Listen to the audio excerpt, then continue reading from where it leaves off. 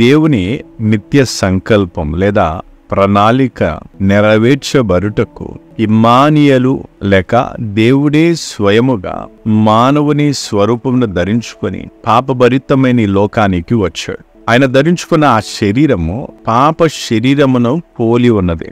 దేవుని ప్రణాళికను స్వయాన దేవుడే యోసేఫు మరియలకు ఆజ్ఞ ద్వారా ఆ శిశువునకు యేసు అని పేరు పెట్టుదురని, ఆ శిశువు తన ప్రజలను వారి పాపముల నుండి రక్షిస్తాడని చెప్పడం అనేది జరిగింది.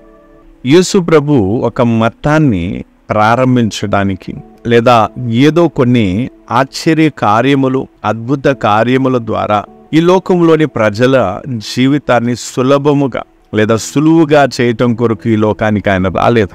ఇశ్రాయేలు ప్రజలను ఐగుప్తు బానిసత్వము నుండి విడిపించి తీసుకొస్తున్నప్పుడు వారికి కావలసినవన్నీ కూడా దేవుడు వారికి ఇచ్చాడు. అంతేకాకుండా వారి ప్రయాణంలో కావలసిన భద్రత కూడా కలిగించాడు. ప్రతిదీ కూడా దేవుడు వారికి ఏర్పాటు చేశాడు. కానీ వారు పాపానికి బానిసలైనందున, అంతేకాకుండా వారి యొక్క పాపాత్మకమైన కోరికలకు చోటిచ్చి వారు నాశనమైపోయినట్టుగా మనం చూడవచ్చు.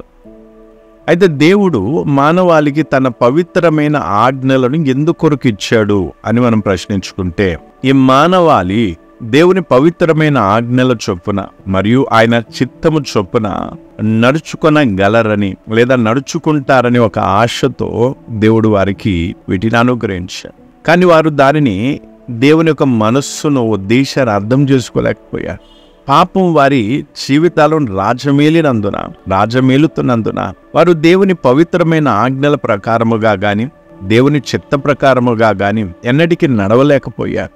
సత్యాన్ని ప్రేమించేవారు పాపం యొక్క గంభీరత్వమును అర్థం చేసుకొని లేక దానిని గ్రహించినందున వారు ఒక రక్షణకర్త కొరకు ఎదురు చూస్తూనే ఉంటారు. ప్రతి మానవుడు పాపము నుండి బయటపడాలని లేదా విడిపించబడాలని కోరుకుంటాడు.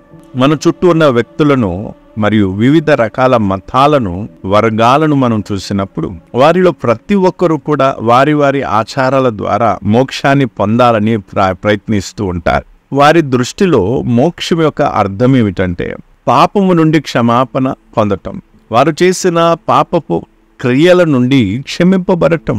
అయితే చాలా మంది మోక్షం పొందుకున్నామని భావిస్తారు. కానీ దేవుని దృష్టిలో మాత్రం మోక్షం లేక రక్షణ అనేది కేవలం పాపపు క్రియలను క్షమించడమే కాదు, కానీ పాపము నుండి పూర్తిగా విముక్తినివ్వటం. ఇదే అసలైన రక్షణ అని దేవుని వాక్యం మనకు తేటగా తెలియజేస్తుంది.